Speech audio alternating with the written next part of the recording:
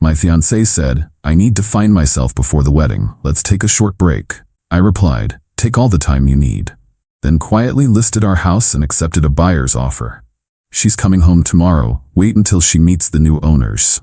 I'm 33M and was engaged to Amy 30F for about 8 months. We'd been together for 3 years total, living together for the past 2 years in a house I bought before we met. Wedding was planned for this fall. Everything booked, deposits paid mostly by her family since they insisted on a big celebration. About 8 weeks ago, Amy drops this bomb on me. "I need to find myself before we get married. I want to take a short break from us so I can figure out what I really want." Now, when someone says they need to find themselves, that's usually code for wanting to explore other options without technically cheating. But I kept my thoughts to myself. "How long were you thinking?" I ask. "Maybe 6 weeks, 2 months max. I just need some space to think about everything without the pressure of wedding planning." "And where would you stay during this break?" My friend Sarah said I could crash at her place. She's got that big loft downtown, and she's always traveling for work anyway. Sarah, the single friend who's been telling Amy for months that she's settling down too young and should experience more before committing. Makes perfect sense. I look at this woman I was supposed to marry in 4 months, asking for a break so she can find herself at her single friend's party loft. "Take all the time you need," I tell her. She seems relieved, like she expected a fight. "Really? You understand?" "I understand perfectly. I love you, Mark. This is just something I need to do for us." "Sure it is." She packs 2 large suitcases that night, taking way more clothes than someone planning a short break would need. Before she leaves, she gives me her house key. "I won't need this while I'm finding myself," she says with a smile. She drives off and I sit in my house thinking about what just happened. My fiancé essentially just asked for permission to date other people while keeping me on standby in case her adventure doesn't work out. Here's what Amy doesn't know. The house we've been living in together for 2 years? It's mine. Bought it 3 years ago, before I even met her. Her name's not on the deed, not on the mortgage, not on any utilities. We kept our finances completely separate throughout our relationship. She insisted on it, said she wanted to maintain her independence. She pays me monthly rent that covers her share of expenses, but legally it's 100% my property. She also doesn't know that I've been getting calls from developers for the past year. The neighborhood's been gentrifying fast, and my house sits on a corner lot that's apparently perfect for some luxury condo project. I've been ignoring these calls because Amy loved the house and we were planning to start our life there. But Amy's off finding herself now, so my priorities just shifted. Monday morning, first thing I do is call the most persistent developer back. "Still interested in my property on Maple Street?" "Absolutely. We've been hoping you'd reconsider." "What's your best offer?" "We can do $380,000 cash, close in 45 days. We've had the property appraised and we're ready to move fast." The house is worth maybe $280,000 on the regular market. This is an extra $100,000 for a quick sale to someone who wants to tear it down anyway. I'll need to think about it. Can you send me the formal offer? Absolutely. Tuesday, I take a personal day and meet with a real estate lawyer to understand my options. Since you're not married and she's not on any ownership documents, you have full rights to sell, he confirms. However, after 2 years of cohabitation, you should document that she was paying rent as a tenant, not building equity. I have bank records of her monthly payments to me labeled as rent. Perfect. That establishes a landlord-tenant relationship, not property ownership. What about her personal belongings? You'll need to give proper notice before disposing of anything. I'd recommend written notice and reasonable time to collect her items. Wednesday, I review the developer's offer with the lawyer. Everything looks good. I sign the purchase agreement with a 45-day close. Thursday, I start the process of notifying Amy about her belongings. I text her, "Need to discuss your personal property since you've moved out. Can you call me when convenient?" She calls that evening, clearly having a good time wherever she is. "Hey babe, what's up with my stuff? Since you've moved out indefinitely, I need to know your plans for your belongings." "Moved out indefinitely? I'm just taking a break. A break where you took 2 suitcases and gave me your key back. That constitutes moving out." "Mark, don't be dramatic. I'm coming back when I'm ready." I need a timeline. The house situation is changing, and I need to plan accordingly. What do you mean the house situation is changing? I may be making some decisions about the property. I need to know if you want your things or if I should handle them. Of course I want my things. They'll be fine where they are until I come back. That might not be possible. Can you come get them this weekend? I'm not ready to come back yet. Can't they just stay there? Amy, you moved out. I'm treating this as what it is, you ending our living arrangement. You're being ridiculous. It's a temporary break. Then you can temporarily store your belongings somewhere else. I give her a week to arrange pickup. She doesn't take it seriously. The following Thursday, I rent a storage unit and carefully pack all her belongings. I take photos of everything, keep receipts, and document the process. I send her the storage unit information and let her know she needs to contact the facility directly to access her items. I can't believe you're doing this, she texts back. You asked for space. I'm giving you space.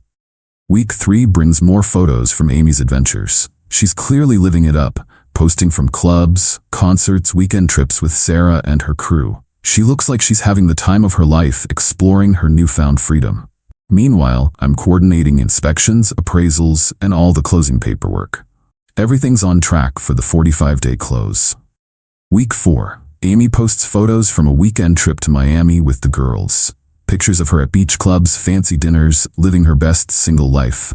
In one photo from what looks like a fancy restaurant, she's sitting very close to some guy I don't recognize. Our mutual friend Lisa mentions seeing the photos. Amy looks like she's really enjoying her break.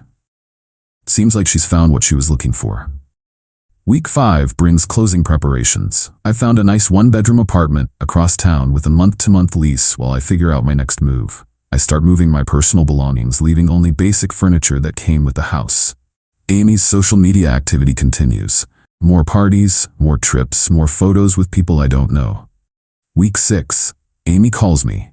Hey, I think I'm ready to start thinking about coming home soon. Oh really? Yeah, this break has been really good for me. I feel like I've gotten some clarity. That's great. You sound different. Are you okay? I'm fine, just busy with some life changes. What kind of life changes? We'll discuss it when you're ready to come back. Mark, you're making me nervous. What's going on? Nothing to worry about. Focus on finding yourself. Week 7. The closing happens. The check for $380,000 clears, and officially, I no longer own the house on Maple Street. The new owners are planning to gut renovate before eventually tearing it down, but they're taking possession immediately. Week 8. Amy texts, okay, I'm really ready to come home now. This weekend maybe? I miss you and I miss our house. Looking forward to seeing you, I reply. Saturday morning, the new owners are at the house with contractors, planning their renovation. I meet them there to hand over the spare key Amy had left when she moved out. Just so you know, someone might show up later today, thinking they still live here. She's been out of town for 2 months and doesn't know about the sale yet. Should we call the police? Probably not necessary, she'll figure it out pretty quickly. Saturday afternoon, I'm at my new apartment when my phone starts ringing around 3 p.m. Amy's calling. I let it go to voicemail. She calls again. Voicemail. Third call I answer. Mark, what the hell is going on? There are strangers in our house and they say they own it now. They do own it. What do you mean they own it? I sold the house, closed last week. Silence. You sold our house? I sold my house, the one I bought before we met, the one with only my name on everything. But I lived there. You lived there. You moved out 8 weeks ago to find yourself, remember? This was temporary. You know I was coming back. You said you needed space to figure out what you really wanted. Based on your social media posts, it looked like you were figuring it out. Those were just me having fun during our break. Having fun with other guys? What other guys? The guy in your Miami restaurant photo. You look pretty comfortable together. That's just some friend of Sarah's. It didn't mean anything. I'm sure it didn't. Mark, this is insane. You can't just sell our house while I'm gone. It was my house, and you weren't gone. You were finding yourself. I hope you found what you were looking for. Where am I supposed to live? I don't know. Maybe ask Sarah. Or that friend from Miami. My stuff, all my belongings are in that house. Your stuff is in storage unit 247 at Secure Space on Oak Avenue. You'll need to contact them directly to access it. I text her the facility's contact information. You packed up my entire life? I packed up your belongings after giving you proper notice. You chose not to collect them. This is crazy. We're engaged. We're supposed to get married in 2 months. We're supposed to get married. People who are getting married don't usually move out to explore other options. It wasn't about other options. Then what was it about? I just needed some time to make sure I was making the right decision. Well, I hope the last 8 weeks helped you figure that out. Mark, please, we can fix this. I choose you. I choose us. You chose 8 weeks ago when you decided you needed to find yourself. I'm just respecting that choice. Where are you living now? I found a place. Can I come over? We need to talk about this face to face. I don't think that's necessary. You got your space to figure things out, and I got mine. What's that supposed to mean? It means I spent 8 weeks thinking about what I really wanted too. Turns out what I wanted was someone who was sure about marrying me. I am sure now. Now that your adventure is over and you need a place to live? That's not fair. What's not fair is asking your fiancé for a break so you can party with other people while keeping him as a backup plan. It wasn't a backup plan. Then what would you call it? Silence. Mark, I made a mistake. I see that now, but we can work through this. You can work through it. I already have. What about the wedding? We have deposits, bookings, people are expecting invitations. Your family can handle the cancellations since they paid for most of it. Or maybe find yourself a new groom. Don't be like this. Don't be like what? Like someone who doesn't want to marry someone who needs to date other people to be sure about me? I didn't date other people, right? You just needed 8 weeks away from me to hang out with guys in Miami and go clubbing with Sarah's single friends. Nothing happened. I'm sure it didn't. Just like I'm sure you're really ready to settle down now that you've gotten it out of your system. Mark, please. Amy, you asked for time to find yourself. You found yourself. I found myself too. Turns out we found different things. So that's it? 3 years together and you're just done? You were done 8 weeks ago when you moved out to explore your options. I'm just making it official. I hang up and turn off my phone. Update 1, 72 hours later. It's been 3 days since Amy discovered the house was sold, and the fallout has been exactly what I expected. She's been scrambling to figure out her next move, while I've been enjoying the peace of having made a clean break. Sunday, my phone was full of messages I didn't read until Monday morning. 31 missed calls, dozens of texts ranging from angry to pleading to desperate. The highlights. This is the most vindictive thing anyone has ever done to me. You destroyed my life because you're mad about a break. I'm sorry I needed time, but this is psychotic. Please call me back, we can fix this. I love you and I want to marry you. I'll do anything to make this right. Monday afternoon, I get a call from Sarah, who apparently got dragged into this mess. Mark, what the hell did you do? Amy's been hysterical for 3 days. I sold my house and moved out. Same thing Amy did 8 weeks ago. That's not the same thing at all. You're right. When Amy moved out, she kept me as a backup plan. When I moved out, I didn't. She wasn't keeping you as a backup plan. She just needed some space. Right, space to party with you and your single friends while her fiancé waited at home. It wasn't like that. Sarah, I saw the photos. The Miami trip, the clubs, the guy at the restaurant. That's not someone taking a break to think about marriage. That's someone acting single. She was just having fun. I'm sure she was. Now she can have fun permanently. You're being cruel. I'm being practical. Amy wanted to explore her options while keeping me available. I removed myself from availability. She chose you. She came back. She came back when her adventure was over and she needed a place to live. That's not the same as choosing me. Sarah tries guilt-tripping me for another 10 minutes, but I'm not interested. Tuesday brought a call from Amy's mom, which was awkward since I'd always gotten along with her family. Mark, Amy told us what happened. This seems very extreme. It's been 8 weeks in the making, Mrs. Chen. She said you sold the house while she was staying with a friend. She moved out 8 weeks ago to find herself. I used that time to find myself too. But you were engaged. We've put deposits down, sent save the dates. Amy put those things on hold when she decided she needed a break to figure out if she wanted to marry me. She was just nervous about such a big commitment. I understand that. I just don't understand why being nervous required moving out and partying for 2 months. Young people sometimes need time to be sure. Some people do.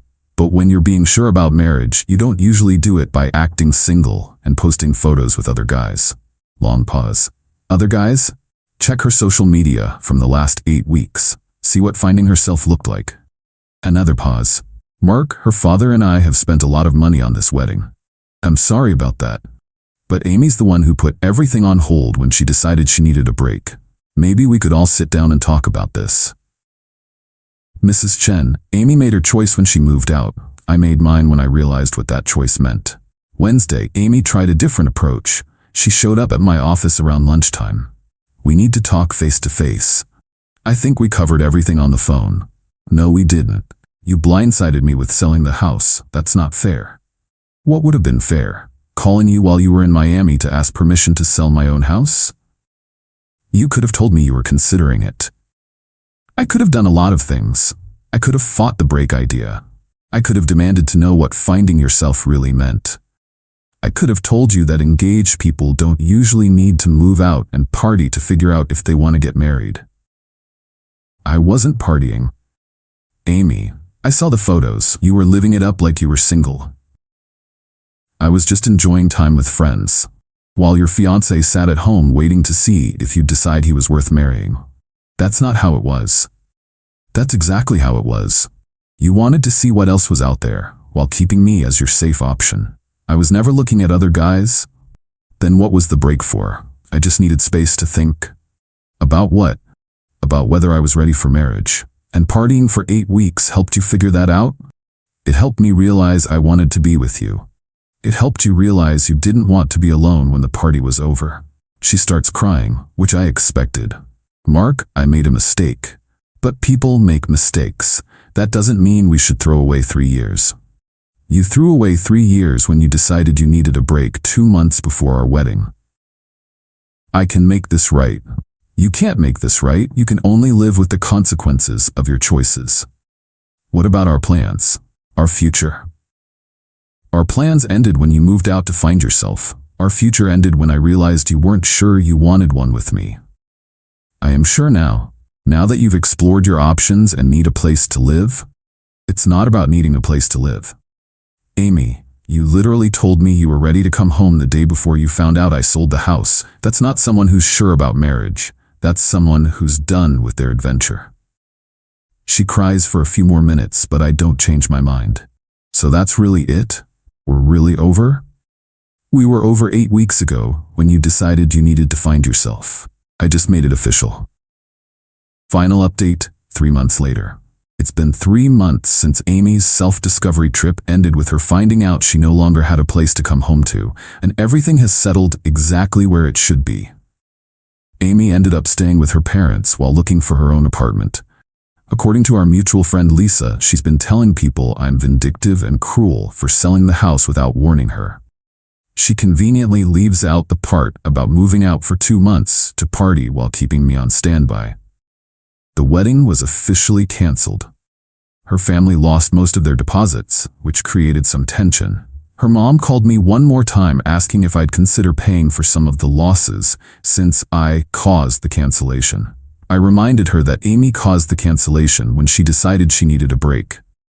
The $380,000 from the house sale is invested while I figure out my next move. I might buy something else eventually, but having that kind of financial freedom feels good right now.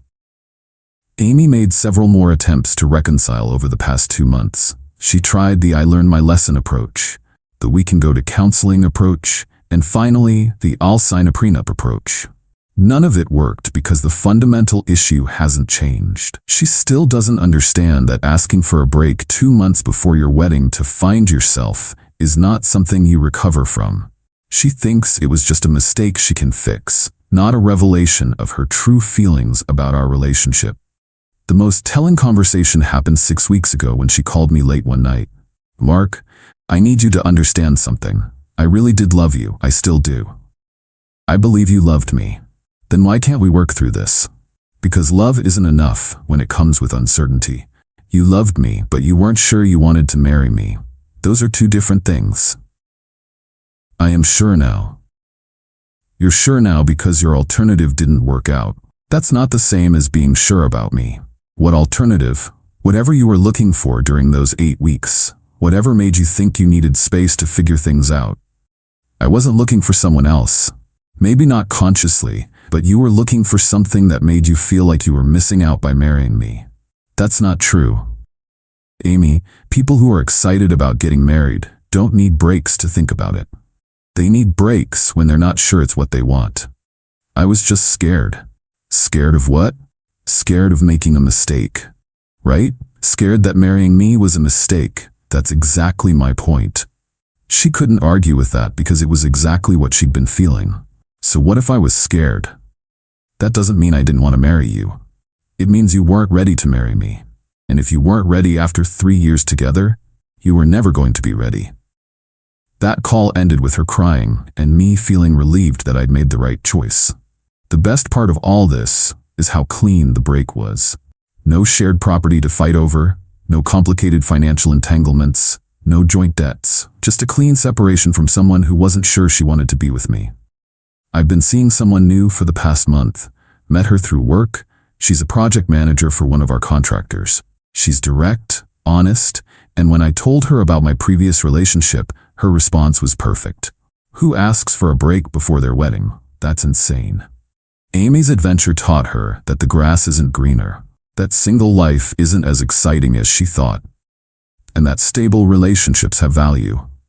But by the time she learned those lessons, I'd already moved on to someone who didn't need to learn them. The revenge wasn't elaborate or cruel. It was just refusing to be her backup plan while she explored her options. She wanted space to find herself, and she found out that finding yourself sometimes means losing the person who was waiting for you. She thought she could have it both ways, explore her freedom while keeping me available for when she was done. Instead, she lost the security she took for granted and learned that some decisions have permanent consequences. Perfect justice. She got exactly what she asked for, all the time and space she needed to find herself. She just didn't expect to find herself homeless.